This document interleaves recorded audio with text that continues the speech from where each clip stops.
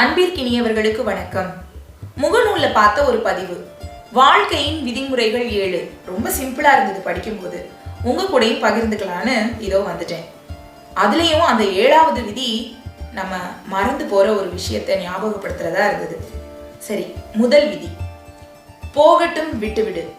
தவறாகி போன ஒரு நாளை நினைச்சு அழகிய ஒரு நாளை வீணடிக்காதீங்க. 2வது விதி, கண்டு கொள்ளாதீர்கள். உங்களை மற்றவங்க என்ன நினைப்பாங்கன்னோ என்ன தீர்ப்பிடுவாங்கன்னோ கண்டுக்காதீங்க. 3வது விதி, கொஞ்சம் பொறுத்திருங்கள். காலம் எல்லாவற்றையும் எல்லா காயங்களையும் கட்டாயமா ஒரு நாள் ஆற்றிவிடும், அதை மறக்காதீங்க. 4வது விதி, ஒப்பிடாதீர்கள். நீங்க தோற்கடிக்க வேண்டிய ஆள் நீங்க தான்.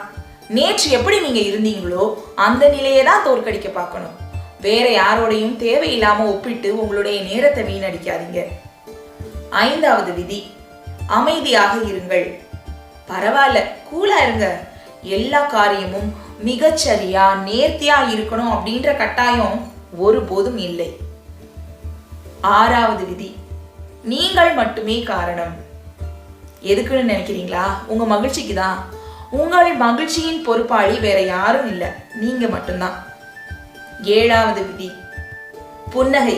இதுதான் நம்ம மறந்து போற விஷயம். சிரிங்க. இந்த உலகத்துல இருக்கிற அத்தனை பிரச்சனைகளும் உங்களோடது மட்டுமே இல்லை. அதனால சிரிக்க மறக்கவே மறக்காதீங்க. நன்றி.